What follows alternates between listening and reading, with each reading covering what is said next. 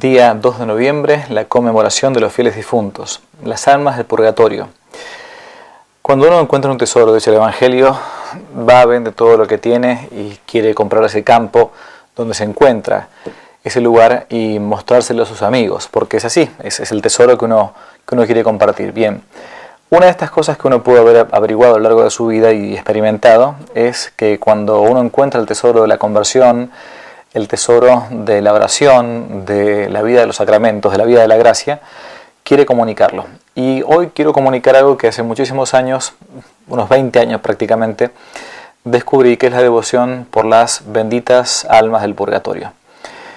En el Catecismo de la Iglesia Católica, el actual Catecismo, en el número 1030, se dice que los que mueren en la gracia y en la amistad de Dios, pero imperfectamente purificados, aunque están seguros de su eterna salvación, sufren después de su muerte una purificación a fin de obtener la santidad necesaria para entrar en la alegría del cielo. Se llama entonces purgatorio a esta purificación, este purgar las penas merecidas por nuestros pecados, de aquellas almas que mueren en gracia, pero no tienen, como dice el Evangelio, la vestidura de bodas, el vestido de bodas, para poder ingresar purificados al cielo. Digamos que es prácticamente la gran mayoría de los mortales que, si algún día Dios quiere, vamos al cielo, pasaremos seguramente por el purgatorio. ¿Y por qué digo que uno descubrió este gran secreto, esta hermosa devoción? Porque, digámoslo del principio, cuando uno con sus oraciones, con sus sacrificios, ofreciendo algún ayuno, alguna penitencia, más aún el sacrificio más grande que puede ofrecerse, que es la Santa Misa por nuestros fieles difuntos, cuando uno ofrece estas oraciones por devoción, es un precepto, es una obra de misericordia espiritual el rezar por nuestros difuntos. Si esas almas que llegaron al purgatorio y no fueron del todo purificadas se ven beneficiadas por nuestras oraciones o sacrificios, y algún día se le acorta ese tiempo en méritos a eso que uno pudo haber hecho acá en vida, es el gran negocio que uno puede hacer, porque el día de mañana esa alma, si llega al cielo, seguramente se van a acordar de nosotros, pobres infelices, que algo hicimos, y desde allí arriba, desde el cielo, nos van a ayudar a nosotros. De ahí que uno pueda rezar, y debe hacerlo, por sus parientes, por sus amigos, incluso también por los próceres, las benditas almas del purgatorio. Bien, y este tesoro, que uno puede verlo en la teología católica, lo puede ver en el catecismo, lo puede ver a su vez en la tradición de la Iglesia, se encuentra ya prefigurado en el Antiguo Testamento, en los Macabeos, se encuentra en la Sagrada Escritura, en la parábola del pobre Lázaro y del rico de Pulón, se encuentra también en los padres de la Iglesia. Bien, en fin, esto que eran las prisiones, es algo que siempre ha sido creído por la Iglesia. Pero hay un lugar escondido, quizás para muchos, que yo pude descubrir hace muchos años, decía, que se encuentra en Roma, muy cerquita de la Basílica de San Pedro, en el Vaticano, que es conocido como el Museo de las Almas del Purgatorio. Sucede que el 15 de noviembre del año 1897, en la iglesia del Sacro Cuore di Gesù, la única iglesia neogótica católica que se encuentra en la Ciudad Eterna, había un párroco de la Congregación de los Padres del Sagrado Corazón de Jesús, el padre Víctor Jouet. Y el padre Víctor Jouet tuvo un pequeño problema, no se sabe bien cómo fue, pero un pequeño incendio en una capillita que se encontraba allí en esa parroquia. Las crónicas dicen que estaba rezando y unas velas se encendieron en el marco de la imagen de la Virgen Santísima. ¿Qué fue lo que vio el padre Jouet? Algunos dicen que el incendio incluso fue bastante más grande, pero ¿qué fue lo que llegó a ver? Llegó a ver entre el humo y todo una imagen de una figura, una silueta humana, y él entendió que era un alma del purgatorio que estaba pidiendo entonces para que la liberasen de esas prisiones, para que pudiese llegar previamente y antes de tiempo al cielo. El padre Jouet entendió que esta aparición era una aparición del más allá, un alma en pena, un alma del purgatorio que estaba pidiendo que se rezase por él. Y entonces pidió permiso a sus superiores para poder recorrer gran parte de Europa, principalmente se va a basar en su Francia natal, para ir recorriendo testimonios de apariciones de almas del purgatorio a personas de confianza que pudiesen testimoniar que las apariciones eran reales. Y así poco a poco fue creando un pequeño museo de testimonios de las almas del purgatorio. Al cabo de algunos años había conseguido más de 280 entre fotografías, camisas, libros, que mostraban el signo visible de la aparición de algún alma del purgatorio. Esto es muy común, de hecho, en la vida del Padre Pío. El Padre Pío se la pasaba hablando con las almas del purgatorio. Que conozca algo de la vida del Padre Pío va a saber de lo que estoy hablando. Así entonces pidió permiso y terminó construyendo un pequeño museíto, una pequeña sala, que fue inaugurada en el año 1917 en la iglesia que hoy se conoce como el Sacro Cuore del Sufragio. Fundó la Asociación del Sagrado Corazón de Jesús en sufragio por las almas del purgatorio, hasta que en 1923 el Papa San Pío X, el gran Papa Sarto, terminó aprobando esta pequeña asociación canónica de amigos de las almas del purgatorio. De los muchos testimonios que el Padre Jouet consiguió, solamente 19 fueron muy confiables, y fueron estos los más seguros que el Papa San Pío X decidió que quedasen de modo permanente en el pequeño museo anexo a la iglesia del Sacro Cuore di Gesù hasta el día de hoy. Las reliquias de las apariciones de las almas del purgatorio que hasta el día de hoy se conservan en ese pequeño museo datan de entre 1637 y 1919.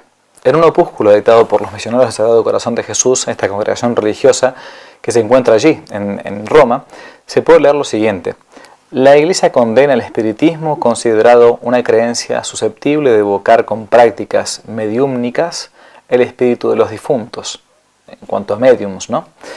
Pero el museo recoge solamente huellas causadas por almas que volvieron espontáneamente para pedir sufragios de plegarias o buenas obras. Esto para evitar aquella práctica que en algunos lugares existe de estar intentando como evocar a los muertos. No, por permisión divina, Dios puede permitir, como fue el famosísimo caso de Luis Comolio, este gran amigo de San Juan Bosco, esto lo narra el mismo Don Bosco, que se aparece después de sufrir un tiempo en el purgatorio, diciéndole y avisándole a San Juan Bosco, en el seminario, estaban los dos todavía en el seminario, que se iba a ir al cielo. Entonces, las almas del purgatorio pueden aparecerse por pura permisión divina. ¿Para qué? Para nosotros, para que los que todavía estamos aquí abajo, que a veces somos un tanto incrédulos, nos acordemos que existen y que muchas sufren y sufren mucho, principalmente el no haber llegado todavía a Dios nuestro Señor. Y también secundariamente, algún tipo de pena análoga, parecida a la que pueden sufrir las almas en el infierno. Con un fin puramente catequético, voy a leer los textos que se encuentran en el Museo de las Almas del Purgatorio, todavía al día de hoy en pie, allí en la iglesia del Sacro Cuore del Sufragio. El documento más antiguo son las marcas dejadas por la hermana Chiara Schoellers, fallecida durante la peste el 13 de octubre de 1637. La religiosa dejó sus huellas candentes sobre el pequeño delantal y una correa de granja de la hermana Margarita Hedendorps o Redendorps, religiosa del monasterio benedictino de Wittenberg, Westfalia. Muchos de estos casos son incluso de religiosos o religiosas. 33 años después, en 1670, el primer párroco de Hall, el padre Cristóbal Balbach, muerto 63 años antes, dejó la huella de un dedo de fuego, la cual perforó un libro de oraciones con pasta de madera cubierta con piel de jabalí hasta la página 81. De esta manera suplicaba se hicieran oraciones a su nombre para salir del purgatorio. Hacia 1731, la madre Chiara Isabella Fornari era la abadesa de las clarisas del monasterio de San Francisco en Todi. El 1 de noviembre de ese año se le apareció el olivetano padre Panzini, abad de la ciudad italiana de Mantua, y su confesor a su vez. Venía del purgatorio para pedirle que mandase a rezar misas por su alma. La madre Chiara se encontraba trabajando en su telar cuando hizo su aparición este sacerdote. El sacerdote comenzó a dibujar con la punta del dedo índice incandescente una cruz en el telar de madera. Mientras dibujaba, colocó la mano izquierda sobre el telar y la impresión de la mano también quedó grabada sobre el leño. Puso después la mano izquierda sobre una hoja de papel, chamuscándola, y dejó impresos los contornos de su mano. Aterrorizada la monja, quiso huir, pero el alma del sacerdote la agarró con la mano derecha. El calor de la mano perforó la manga del hábito y la camisa de la religiosa, llegando hasta la piel. En la túnica se pueden ver las marcas de la quemadura, mientras que en la camisa se ven marcas chamuscadas y algo que se dice que es sangre. Otro caso. Joseph Lelot era un joven disoluto que vivía en la ciudad de Bodekboot, Bélgica, en el siglo XVIII. 27 años después de la muerte de su madre, el 21 de junio de 1789, la mujer regresó en espíritu para ponerlo sobre aviso de los terribles castigos que podría tener en el purgatorio si continuaba con ese estilo de vida. La madre lo tomó por el brazo, le pidió que pusiera fin a esa vida disoluta y dejó la camisa de su hijo con la marca carbonizada de los dedos. El joven Joseph, asustado, obviamente se enmendó, corrigió su vida y se dice que murió en olor de santidad el 1 de abril del año 1825. Otro testimonio, la mano que presentó Marguerite de Merlet. Cierta noche de 1814, la señora Marguerite de Merlet de Erlingen, Metz, Francia, se encontraba rezando en su habitación. De pronto se le aparece una mujer gimiendo de dolor, vestida muy religiosamente, como si fuera una especie de peregrina. Y entonces, mirándola, le dijo: «Soy tu suegra muerta de parto hace 30 años. Haz una peregrinación al santuario de Nuestra Señora de Marienthal por mí y pide que se ofrezcan 2 misas por mi alma». 2 misas. Asustada, Marguerite le contó la aparición a su esposo, el hijo de esta mujer, describiendo a la mujer, y ambos acordaron cumplir con lo solicitado. Cumplido su deseo, el espíritu de la suegra reapareció para agradecer y despedirse. Pero antes de ascender al paraíso, dejó un pequeño recuerdo, una huella de fuego en el libro de oraciones de Marguerite. Luego se transfiguró, inundándose de felicidad y de luz, y desapareció rumbo al cielo. Era la noche del 21 de diciembre de 1838. Joseph Schitz estaba en su casa de Strable, antiguo ducado de Lorena, en Francia. Leía un libro de oraciones. De improviso se estampó en una de las páginas la huella de una mano. El corazón de Schitz dio un brinco de temor, tanto más porque le pareció sentir una presencia insólita, una ráfaga de viento frío. Después creyó escuchar una voz y reconoció la voz de su propio hermano Jorge, hacía poco tiempo fallecido, que le decía que a pesar de la vida licenciosa que había llevado, había conseguido salvarse. Bien, tenía culpa, cierto, tenía que pagar sus propias penas, ¿no? Pero había muerto en gracia de Dios y por lo tanto, como había muerto en gracia de Dios, podía ir al cielo después de un tiempo de purificación en el purgatorio. Le suplicaba que hiciera rezar unas misas por su alma para abreviar su estancia allí. Schitz se sobresaltó y creyó que había estado dormido, que había sido todo un sueño, pero la cosa no era así.